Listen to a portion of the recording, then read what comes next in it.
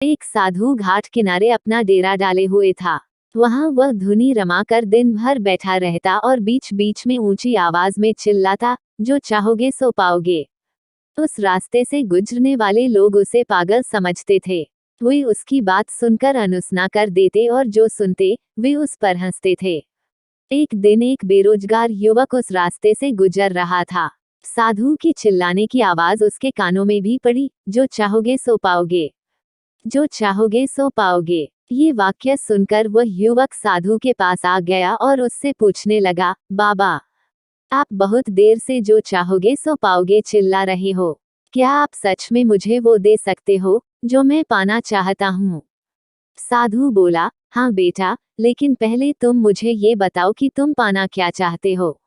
बाबा, मैं चाहता हूँ कि एक दिन मैं हीरों का बहुत बड़ा व्यापारी बनूं। क्या आप मेरी ये इच्छा पूरी कर सकते हैं? युवक बोला, बिल्कुल बेटा, मैं तुम्हें एक हीरा और एक मोती देता हूँ, उससे तुम जितने चाहे हीरे मोती बना लेना। साधु बोला। साधु की बात सुनकर युवक की आंखों में आशा की ज्योति चमक उठी। फिर साधु ने उसे अपनी दोनों हथेलियां आगे बढ़ाने को कहा। युवक ने अपनी हथेलियां साधु के सामने कर दी। साधु ने पहले उसकी एक हथेली पर अपना हाथ रखा और बोला, बेटा, यही इस दुनिया का सबसे अनमोल हीरा है। इसे समय कहते हैं। इसे जोर से अपनी मुट्ठी में जकड़ लो। इसके द्वारा तुम जितने चाहे उतने हीरे बना सकते हो। इसे कभी अपने हाथ से निकलने मत देना। फिर साधु ने अपना दूसरा हाथ युवक की दूसरी हथेली पर रखकर कहा, बेटा, ये दुनिया का सबसे कीमती मोती है। इसे धैर्य कहते हैं।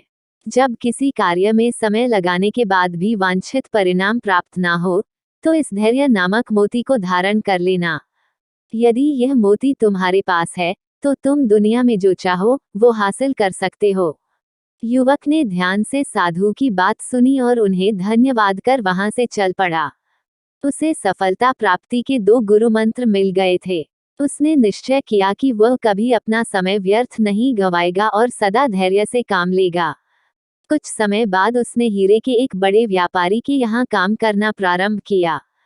कुछ वर्षों तक वह दिल लगाकर व्यवसाय का हर गुर सीखता रहा और एक दिन अपनी मेहनत और लगन से अपना सपना साकार करते हुए हीरे का बहुत बड़ा व्यापारी बना।